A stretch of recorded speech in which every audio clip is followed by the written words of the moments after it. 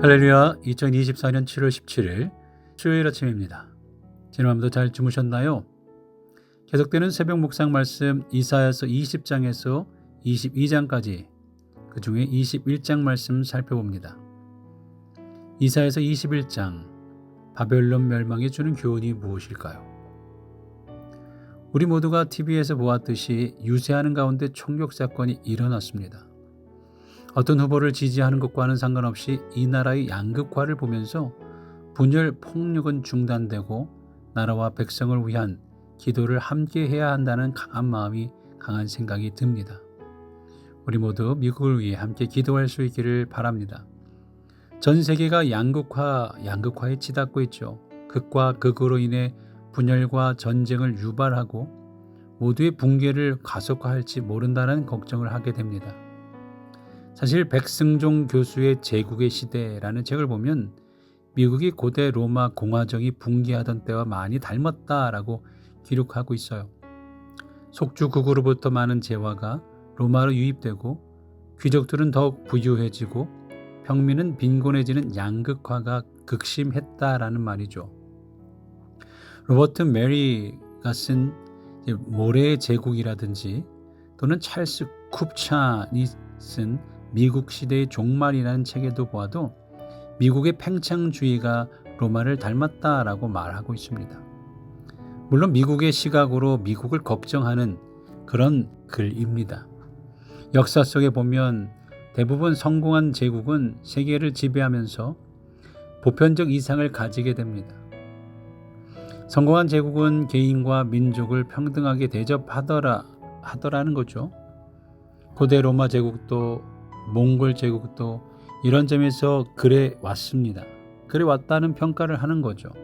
하지만 그렇게 지내다가 양극화가 되는 순간 점점 종말로 그 나라를 이끌고 있다라는 거예요. 미국도 그런 면에서 정치, 경제, 문화적으로 양극화를 이루고 있다라고 비교하며 말합니다. 우리는 역사에서 많은 교훈을 배웁니다. 한 나라가 세워지고 번창하고 망하는 과정을 보면서 그 과정에서 큰 깨달음을 얻죠. 나라가 어떻게 일어서는지, 번성할 때는 어떤 일이 일어났는지, 찬란한 문화를 꽃피웠던 나라가 어떻게 망해가는지를 보면서 우리 인생의 흥망성쇠를 배웁니다. 그런데 재미난 현상은 동서고금을 망라하고 나라가 망할 때는 거의 비슷한 전조가 보인다는 사실이에요. 왕과 귀족들은 백성들에게 전혀 관심이 없어요. 그들은 자신들의 안위만을 걱정하고 전혀 관심이 없어요. 그들의 배만을 불리기에만 급급합니다. 나라의 돈을 빼돌리기에 바빠서 나라의 미래에는 관심이 없는 사람들입니다. 당연히 군대는 기강이 해이해집니다.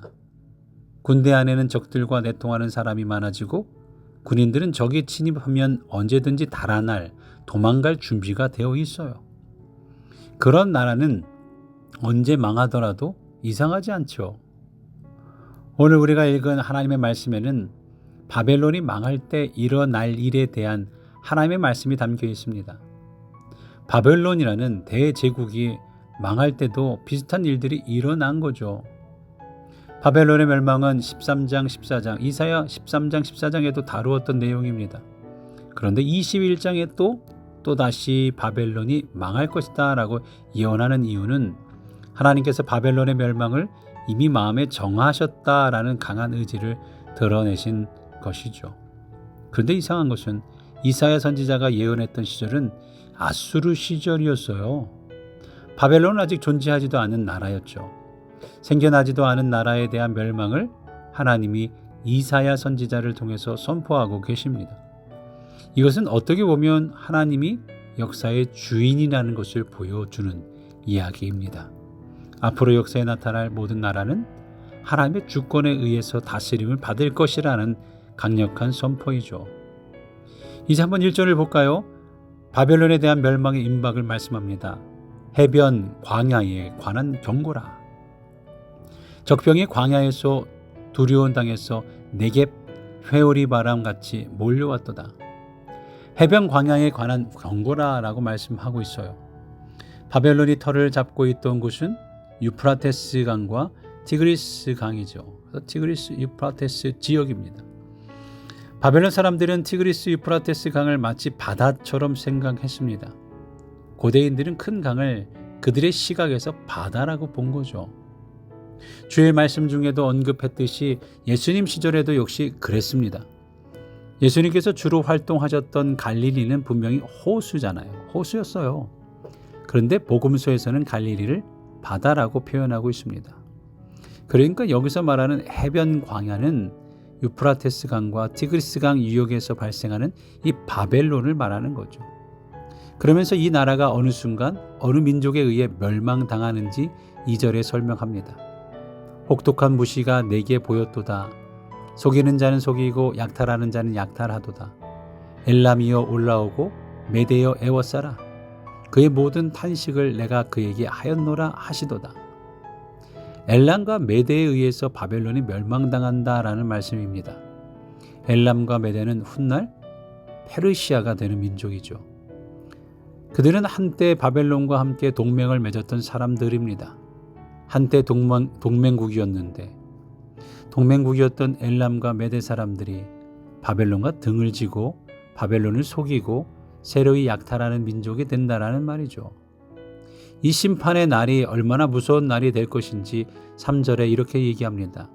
이러므로 나의 요통이 심하여 해산이 임박한 여인의 고통 같은 고통이 나를 엄습하였으므로 내가 괴로워서 듣지 못하며 놀라서 보지 못하도다.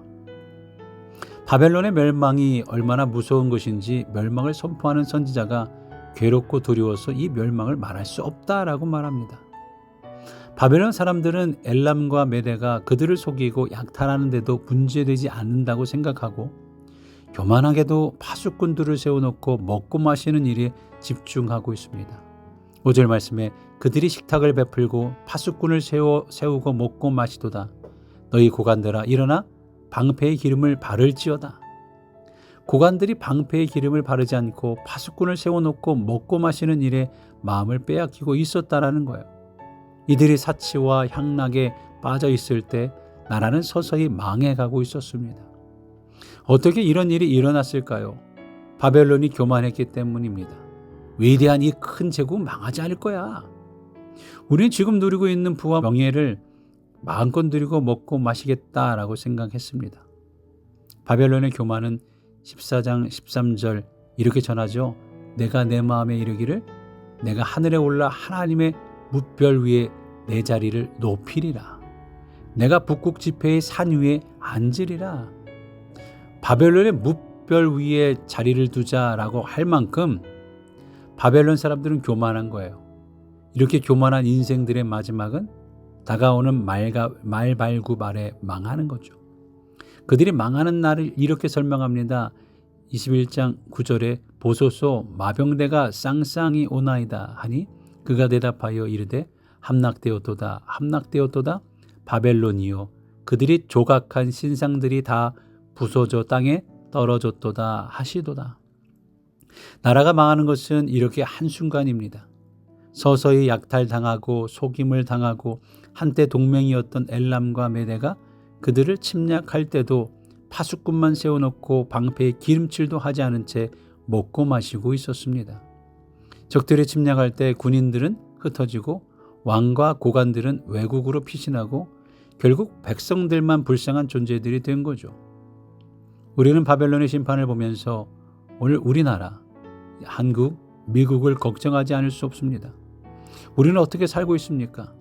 하나님께서 우리에게 잘 사는 나라를 허락해 주셨어요. 그러니 우리나라와 민족을 위해 하나님의 경고에 민감하게 기도해야 하지 않을까요? 주신 것을 잘 지켜나가야 하지 않을까요? 그런데 우리는 지금 어떻게 살고 있습니까?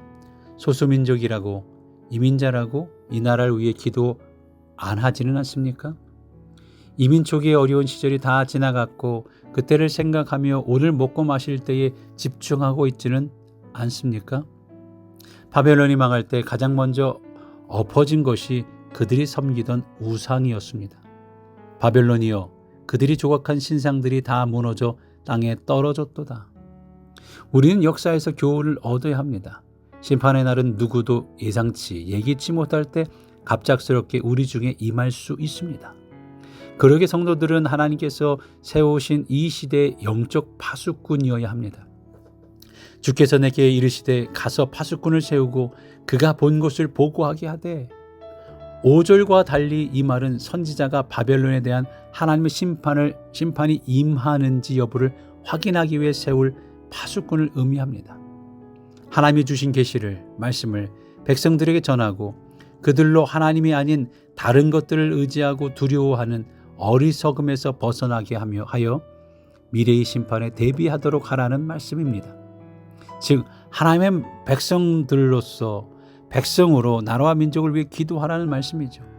바벨론의 멸망을 바라보고 오늘 우리의 현 주소를 다시 한번 되새겨 볼 수 있기를 바랍니다. 오늘 이 땅에 우리를 하나님의 파수꾼으로 세우신 목적 무엇일까요? 그 목적을 잘 깊이 생각하고 잘 감당하여 회개의 자리에서 함께 외쳐 기도할 수 있는 우리 모두가 될 수 있기를 바랍니다. 그럼 우리 한번 다짐하며 이 하루를 출발해 볼까요? 바벨론의 멸망을 보면서 오늘 이 나라를 위해 기도하는 백성이 되겠습니다. 교만과 방종에 빠져 살지 않고 성실과 겸손한 삶을 살겠습니다.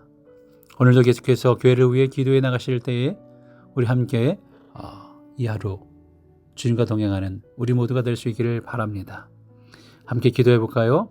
은혜가 충만하신 하나님, 바벨론이 망한 교훈을 보여주시며 오늘 우리나라를 위해 기도하게 하시니 감사합니다. 이 땅, 한국 땅이든 미국 땅이든 하나님께서 이 나라를 보호하여 주옵소서. 하나님을 알고 말씀 앞에 겸손히 행하는 하나님의 백성들이 되게 하여 주옵소서. 아픈 자를 일으키시고 낭망한 이들을 세우며 교만한 이들이 회개하여 다시 세움을 받는 우리들이 되게 하옵소서. 무엇보다 우리가 영적으로 살아나게 하시고 예수 그리스도를 나의 구주로 고백하는 삶으로 오늘도 교회에서 모든 되어지는 일들이 예수 안에서 예수님을 위해, 주의 영광을 위해 우리가 살아가고 다짐하고 노력하고 헌신하는 그런 모습이 이 안에 있게 하여 주옵소서. 이 모든 말씀 우리를 위해 죽기까지 사랑하신 예수 그리스도의 이름으로 기도합니다. 아멘.